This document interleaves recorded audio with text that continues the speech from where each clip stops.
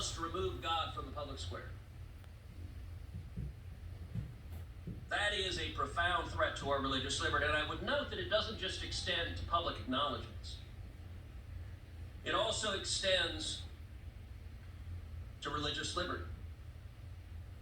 The Little Sisters of the Poor, our Catholic convent of nuns who take oaths of poverty, who devote their lives to caring for the sick, caring for the needy, caring for the elderly.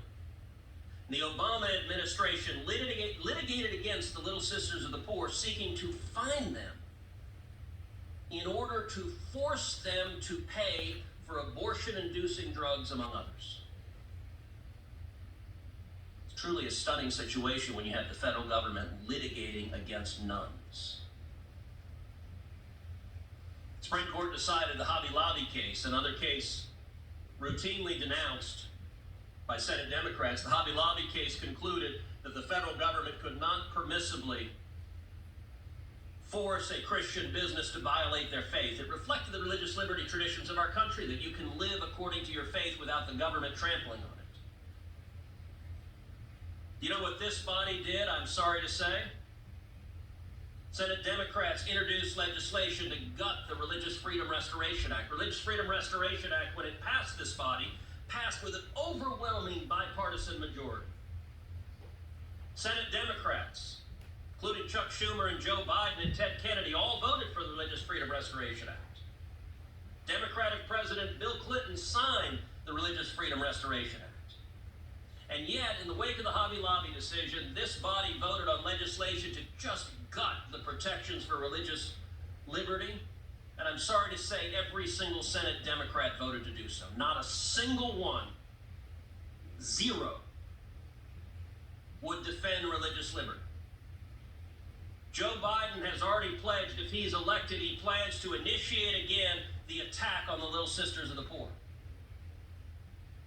Now, it's interesting, folks in the press like to talk about Pope Francis. And on some issues, Pope Francis has been vocal when it comes to the environment. When it comes to issues concerning immigration, the Pope has been vocal on issues that our Democratic colleagues like and agree with. The press is happy to amplify those views.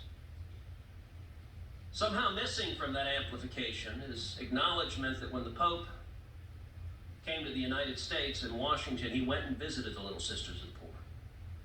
Here in D.C., he went to their home here in D.C., and the Vatican explained he did so because he wanted to highlight their cause. That the federal government shouldn't be persecuting nuns for living according to their faith. That's what's at stake in these nominations. And you won't hear any of that from the Senate Democrats on this committee. That's why their base is so angry at your nomination, Judge Barrett, because they don't believe you are going to join the radical efforts to erase those fundamental rights from the Bill of Rights. I believe that issue, preserving the Constitution, preserving the Bill of Rights, our fundamental liberties, I believe is the most important issue facing the country in the November elections. And I think for those of us who value those rights, we should take solace in the fact that not a single Democrat is willing even to acknowledge the radical sweep of their agenda, much less defend it.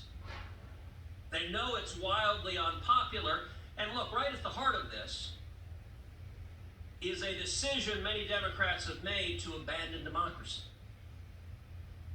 You see, most policies like Obamacare, policies like health care, most policies under our constitutional system are meant to be decided by democratically elected legislatures. Why? So they can be accountable to the people. So if the voters disagree, they can throw the bums out. But too many Democrats have decided today that democracy is too complicated. It's too hard to actually convince your fellow Americans of the merits of your position. It's much easier just to give it to the courts. Find 5 lawyers in black robes and let them decree the policy outcome you want, which makes your radical radical base happy, presumably makes the millions, if not billions, in dark money being spent for Democrats happy, without actually having to justify it to the American people.